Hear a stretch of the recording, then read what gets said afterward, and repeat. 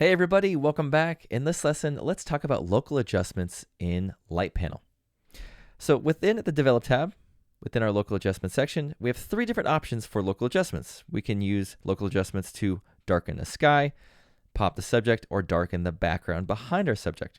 Now the great thing about these is once you click on them, it's going to automatically find that specific area within your image, create a mask for you inside of Lightroom, and then you can adjust the strength of it using the slider here. So for images like this, where we just want to maybe make the subject stand out a bit more, I like to use Pop Subject. So I'll just click on that there. It's automatically going to create a mask for me inside of Lightroom. And then let's zoom in just a little bit here. And we can see the before and after. So we have all the way at 200%, and then we have with nothing there. You can see just does a great job of just making that subject stand out a little bit more within the scene. Essentially what it's doing is it's bringing in a little bit of a shadow boost, and it's also adding in some contrast there to make sure things don't look flat.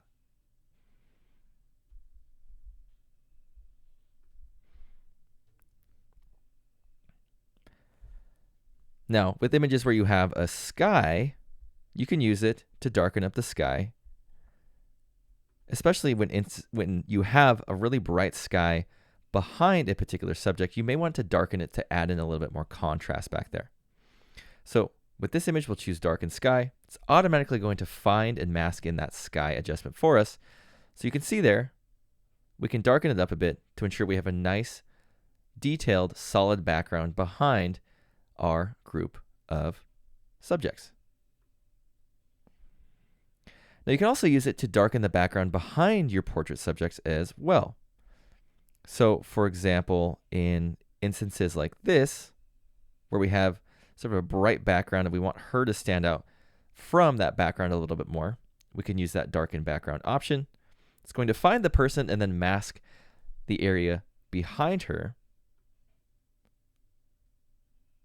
So we can darken that up and ensure that we don't have a blown out background behind a particular subject.